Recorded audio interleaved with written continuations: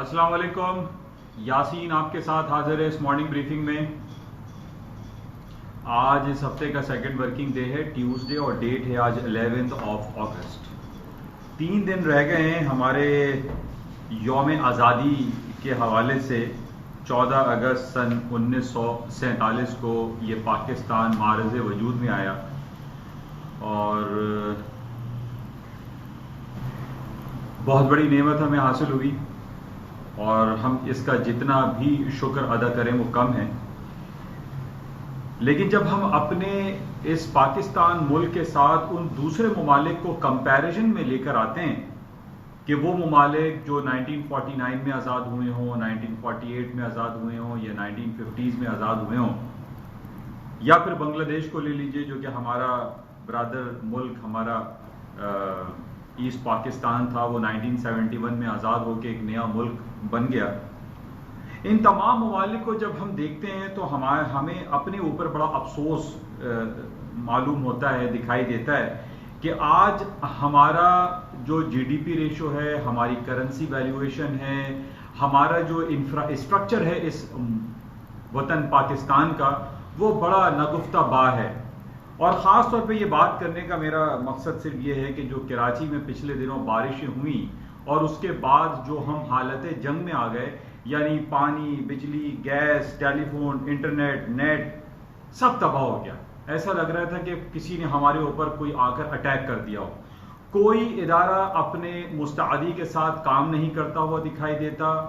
रोडें टूट चुकी हैं, सड़कें तबाह हो चुकी हैं, पानी, बिजली, गैस के मामलात आपके सामने हैं। कहीं कॉन्टेमिनेशन हो रहा है, कहीं पीने के पानी में गटर का पानी मिक्स हो गया है, कहीं बिजली नहीं आ रही है तो बिजली के तारों से बच्चे हलाक हो रहे हैं, लोग मर रहे हैं। यानी एक ऐसा माहौल दिखाई दे रहा है कि जैसे हमारे यहाँ कोई इदारा एग्जिस्ट करता ही नहीं। कल बल्दिया के जो केएमसी के हमारे हेड हैं जनाब वसीम अख्तर साहब को सुप्रीम कोर्ट में उनको बुलाया गया और उनसे पूछा गया कि जनाब आपने कराची का ये जो हाल कर रखा है इसकी क्या वजह है। वो ये कहते हैं कि मेरे पास इख्तियारात नहीं है, मैं कुछ भी नहीं कर सकता, मुझे जो है एज अ डमी बैठाया गया है और मैं इस शहर कराची जो कि कॉस्मोपॉलिटन एक मेट्रोपॉलिटन सिटी है, इसके लिए मैं कुछ नहीं कर सकता। तो बस हम सिर्फ अफसोस का इजहार ही कर सकते हैं और कुछ नहीं कर सकते। लेकिन मैं इस बात की बड़ी तायद करता हूं और बड़ा खुशी का भी इजहार करता हूं कि कम से कम हमारे जो चीफ जस्टिस साहब हैं, जस्टिस गुलजार अहमद साहब, उन्होंने इसको इनिशिएट किया, उन्होंने सो मोटो एक्शन लिया हुआ है और कराची के नगुफ्ता बा और बदतरीन हालात से गुजरने वाला ये शहर, इसको बनाने की वो कोशिशों में लगे हुए हैं। हमारी ये दुआ है कि हमारे चीफ जस्टिस साहब इन तमाम मामलात को जो पेंडिंग में पड़े हुए हैं, पाकिस्तान का जो कराची का केसीआर है, कराची सर्कुलर रेलवे, जो पिछले 50 सालों से बदहाली का शिकार है और वो बंद हो चुका है। कराची में जो पिछली हुकूमत ने शुरू की थी ग्रीन लाइन बस, उसको अभी तक ऑपरेटिव नहीं बनाया जा सका है। पाकिस्तान में और कराची में जो आपका K4 प्रोजेक्ट है, पानी का जो प्रोजेक्ट है, वाटर बोर्ड की तरफ से जो प्रोजेक्ट है, वो पेंडिंग का शिकार है। सड़कें हमारी बन नहीं रही हैं। हमारे हालात, कराची के हालात बहुत नगुफ्ता बा हैं, बहुत ख़राब हैं। हमारी ये इल्तिजा है जनाब इमरान खान साहब से, चीफ जस्टिस साहब से, हमारे जो हाई कोर्ट के जजेस हैं, वो इन तमाम इदारों के खिलाफ सख्त एक्शन लें और जनाब जो काम नहीं कर रहा है उनको निकाल दें, उनको नौकरियों से बर्खास्त करें। और सिर्फ ये उज़्र पेश करना कि जनाब हमारे पास फंड्स अवेलेबल नहीं है, इसका रोना रो रो कर हमारी हालात जो है वो ख़राब हो चुके हैं। बहरहाल 3 दिन के बाद पाकिस्तान का यौम आज़ादी आ रहा है। हमें नए सूरज के तुलू होने के साथ ये अहद करना चाहिए कि हम आइंदा अपने इस वतन अजीज को, हम इसने अपने शहर को, अपने कराची को एक खूबसूरत शहर बनाएंगे, जिस तरीके से वो तमाम शहर जो दुनिया में एक बड़ा नाम रखते हैं अपनी सफाई, अपने इंफ्रास्ट्रक्चर के हवाले से। हमें चाहिए कि वही 25, 30, 40 साल पुराना कराची शहर जो बड़े रोशनियों का शहर हुआ करता था, यहाँ की सड़कें खूबसूरत हुआ करती थी, यहाँ बागात हुआ करते थे, हमें वही कराची वापस चाहिए। हमारी इल्तिजा है इन तमाम बड़े सरबराहान मुमलिकत से, हमारे जो बड़े बड़े काम करने वाले हैं, कि हमारे इस कराची की खुशियाँ, हमारे इस कराची की रौनकों को लौटा दें। बहरहाल आप तमाम लोगों को पेशगी मुबारक के 14 अगस्त को हमारा यौम आज़ादी है। बहरहाल आज हमारे लिए इंपॉर्टेंट खबर यह भी है कि पाकिस्तान में कोरोना वायरस के हवाले से बहुत ज़बरदस्त पेशरफ्त हुई है और यूनाइटेड नेशन के जो लीडरान हैं, जो एक रहनुमा भी यहाँ पर आए और उन्होंने बड़ी तारीफ की इमरान खान साहब की और हमारे हुकूमत की कि कोरोना वायरस के हवाले से जो पेशरफ्त, जो पेशकदमी की गई वो बहुत अच्छी की गई। जिस तरीके से लॉकडाउन शटडाउन किया गया उसकी उन्होंने बड़ी तारीफ की और उन्होंने सराहा कि पाकिस्तान ने कोरोना वायरस के हवाले से काफ़ी बेहतर कंट्रोल किया, जिसकी वजह से आज हम ये देख रहे हैं कि अल्हम्दुलिल्लाह पाकिस्तान में जितने भी इदारे थे वो खोल दिए गए हैं। स्कूल, शॉपिंग सेंटर्स, स्कूल भी कुछ जगहों पे खुले हैं, लेकिन 15 सितंबर को कहा जा रहा है कि स्कूल खोल दिए जाएंगे विद सर्टेन SOPs के साथ। होटल्स खोल दिए गए हैं, शादी हॉल खोले जा रहे हैं। तो ये बड़ी अच्छी खुश आइन बात है और हम दुआ करते हैं कि आइंदा भी ये सिलसिला जारी रहे और सर्टेन SOPs जो है उसको जरूर लोग उस पर इंटैक्ट रहें। और जाहिर है जिस तरीके से जो गर्द गुबार और गंदगी और गलाजत जो बारिशों के बाद जो हुई है उसमें भी मैं तमाम लोगों को ये मशवरा देना चाहता हूं कि आप SOPs का ख्याल रखें, आप फेस मास्क का जरूर इस्तेमाल करें ताकि आपकी जिंदगी आप लोगों के लिए आप पर आसान हो और आपके घर वालों के लिए खुशी का बायस रहे। बहरहाल कुछ थोड़ी तवील हो गई, कुछ मार्केट की हम बात कर लेते हैं। आज हम पूरी दुनिया की जो स्टॉक मार्केट है सिवाय चाइना के, चाइना की मार्केट तकरीबन 1% आज माइनस बंद हुई है, लेकिन निकाय इंडेक्स, हैंगसेंग इंडेक्स, ये तमाम इंडेक्स पॉजिटिव में बंद हुए हैं। और इसी तरीके से जो यूरोप के इंडेक्स चल रहे हैं वो तकरीबन प्लस माइनस पॉजिटिव साइन हमें ज्यादा दिखाई दे रहा है। इसी तरीके से अमेरिका की जो स्टॉक इंडिसेज हैं वो भी पॉजिटिव की तरफ हैं, तकरीबन अपनी तारीख की बुलंद तरीन सतहों के करीब करीब खड़े हुए हैं। यानी 7 महीने का नैस्डैक, डाउ जोन्स ने और S&P ने 7 मंथ्स के दोनों ने हाई किए हुए, जबकि नैस्डैक जो कि अमेरिका का जिसमें 65% टेक कंपनी है और 35% फार्मास्यूटिकल कंपनी है, तकरीबन वो भी अपने तारीख की बुलंद तरीन सतहों के करीब करीब है, उसके पास नहीं है। लेकिन हम ये देख रहे हैं कि जो ट्रेंड है वो हायर साइड पे चलता चला जा रहा है और स्टॉक मार्केटों में आज भी कोई डाउनफॉल की ऐसी कोई नेगेटिव खबर हमारे पास मौजूद नहीं है।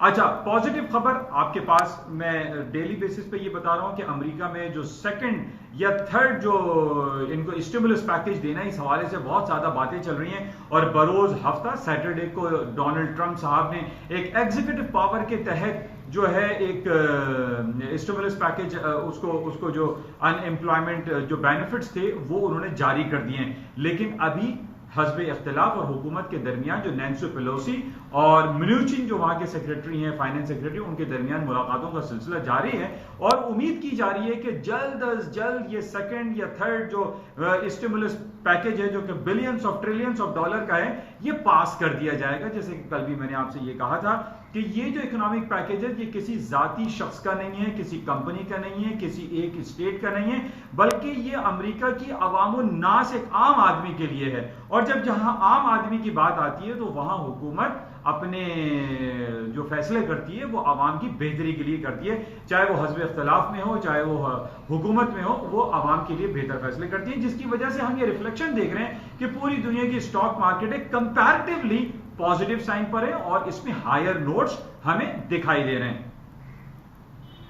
अच्छा, आज हम बात कर लेते हैं, आज सुबह ही सुबह आज हम ये देख रहे हैं कि 2073 का गोल्ड मार्केट ने हाई किया था और आज तकरीबन लगभग $90 मार्केट अपने हाई से $90-95 डाउन हो गई है, गिर गई है, बल्कि $80 आप कहिए, $82-83 मार्केट गिरी है। अच्छा, अब जिस तरीके से अक्सर लोगों ने मुझसे कहा कि यासिन भाई मार्केटें आज गिर गई हैं, मैंने उनको 2 लेवल दिए थे, एक 2018 और नेक्स्ट लेवल है 1973 का। ये 2 टेक्निकल लेवल 1973 इस वजह से क्योंकि 100 पॉइंट आप हाई से माइनस करते हो तो 1973 बनता है, तो इस हवाले से ये बड़ा इंपॉर्टेंट है। अच्छा, अब ये कहना कि जनाब आपने कहा था कि तेजी है, तो तेजी देखें अभी भी कोई डाउन मार्केट नहीं हुई है। मार्केट में $100-50 की अप एंड डाउन मूव होना it is the part of the game है। इसमें हमें इसके ट्रेंड को चेक करना है और ट्रेंड स्टिल अपवर्ड है। आप इसका 1973 या 1970 या फिर इसका जो नेक्स्ट टारगेट था जो कि 9 साल पहले इसने हाई किया था 1920,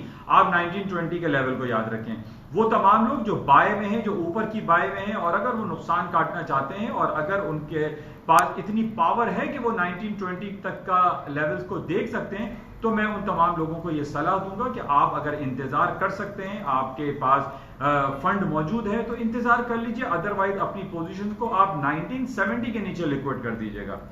तो बहरहाल it is the part of the game कि मार्केट अप्स एंड डाउन्स होती है, लेकिन इसका ट्रेंड अभी भी हायर साइड पे है, पॉजिटिव प्लस नोट में है। बहरहाल इसको हम मजीद देखेंगे। अच्छा, इसके साथ ही ऑयल की मार्केट आज हम देख रहे हैं कि वही 42 से ऊपर है, जैसे कि मैं काफी दिनों से आपसे ये कह रहा हूं कि 41 से ऊपर ऑयल की कीमतों में तेजी दिखाई दे रही है, और उसकी वजह हमारे सामने सीधी सीधी है कि बहुत सारे ममालिक में, अमेरिका में तो रीओपनिंग हो चुकी है और वो डिफरेंट सर्टेन एसओपीज के साथ वहां ओपनिंग का सिलसिला जारी है, लेकिन अभी जाहिर है वहां पर यह कहा जा रहा है कि कोरोना वायरस के केसेस अभी भी हैं और 1,60,000 लोग वहां पर हलाक हो चुके हैं। इन बेसिस पे वहां थोड़ा सा रिलेक्टेंसी पाई जा रही है, लेकिन हमारे सामने जो रिफ्लेक्शन आता है अमेरिका की स्टॉक मार्केट के हवाले से, जिसमें हम ये देख रहे हैं कि 7 महीने के हाईएस्ट लेवल पर आपका डाउ जोन्स और S&P खड़े हुए हैं, और इसके साथ तारीख की बुलंदियों के करीब करीब नैस्डैक है। तो हाउ कैन वी से कि जनाब हालात खराब हैं और कोरोना वायरस की वजह से वहां पर और संगीन सूरत हाल हो जाएगी, ऐसा मुमकिन नहीं है।